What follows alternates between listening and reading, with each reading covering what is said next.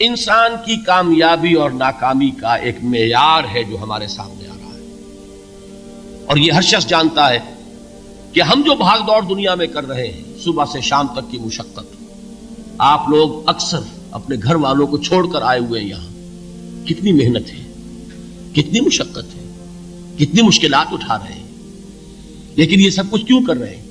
کامیابی کے حصول کے لیے۔ البتہ کامیابی کے معیارات ہیں، ہمارے ذہنوں میں جو معیارات بیٹھے ہوئے ہیں وہ کیا ہے؟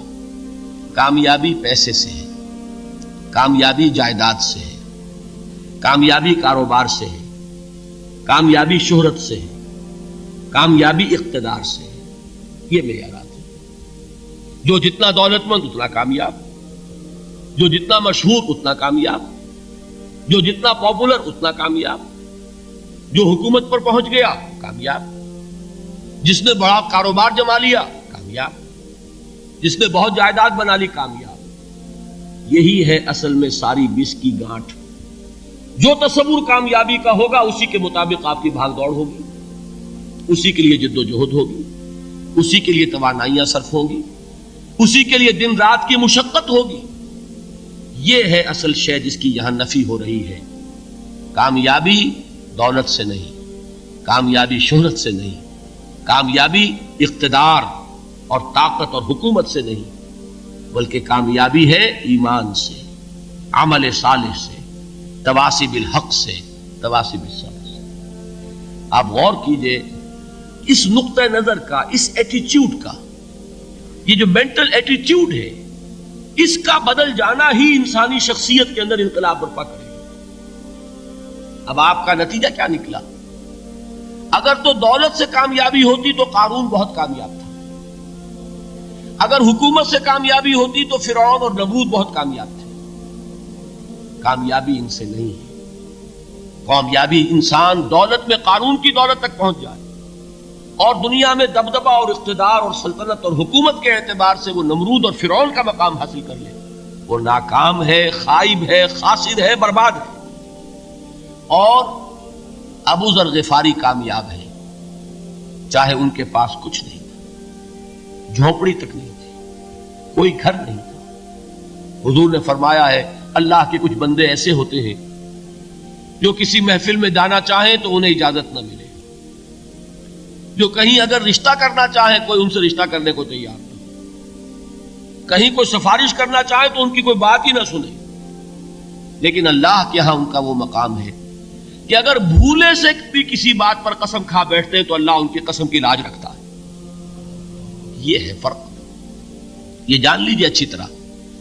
اس بات کا مان لینا آسان، اس پر سبحان اللہ کہنا آسان، لیکن اس کے مطابق آپ کے اپنے ذہن کا بدل جانا بہت مشکل، اس لیے کہ ہم متاثر ہوتے ہیں اپنے ماحول سے۔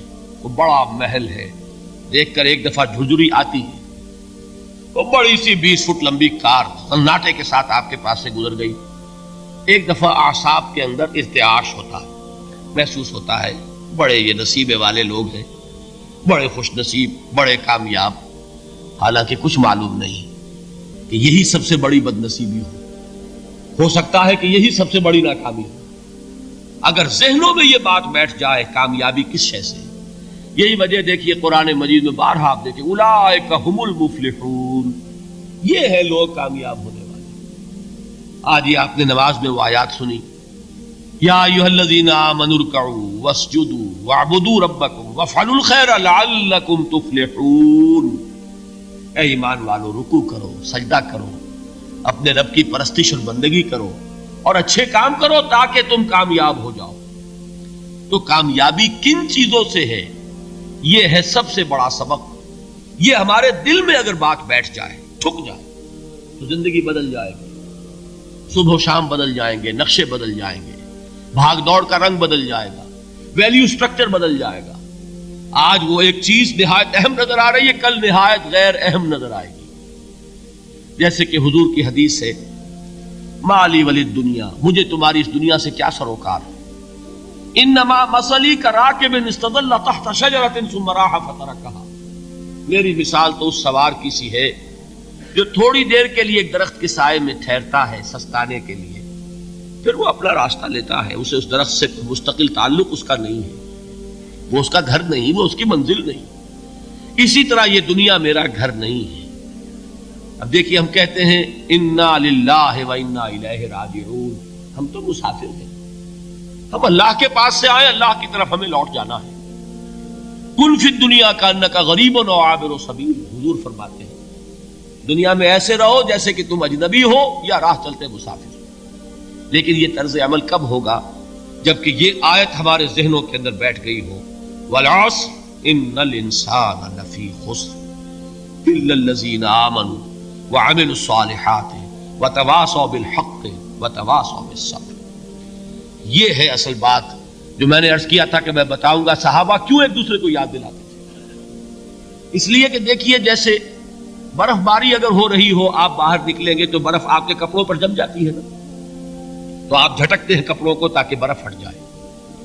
ہمارے ایمان پر اس دنیا میں رہتے ہوئے جب ہم متاثر ہوتے ہیں ماحول سے تو گردہ آ جاتا ہے، برف پڑ جاتی ہے، اس کو جھٹکتے رہنے کی ضرورت ہے۔ اور وہ جھٹکنے کی بہترین اور مؤثر ترین شکل یہی ہے کہ یاد رکھو کامیابی ان چیزوں سے نہیں ہے۔ چمک دمک جو ہے دنیا کی، یہ ساری چمک دمک جو تمہیں رجھا رہی ہے، جو تمہیں اپنے اندر گم کیے ہوئے ہے، یہ لفظ گم پر اقبال کا وہ شعر یاد آ گیا کہ کافر کی یہ پہچان کے آفاق میں گم ہے، اور مومن کی یہ پہچان کے گم اس میں ہے آفاق۔ تم گم نہ ہو کر رہ جاؤ، اس میں مبہوت نہ ہو کر رہ جاؤ، مرعوب نہ ہو کر رہ جاؤ، دنیا ہی کی محبت تمہارے اوپر ڈیرے نہ ڈال دے، تمہارے دلوں کے اوپر مسلط نہ ہو جائے۔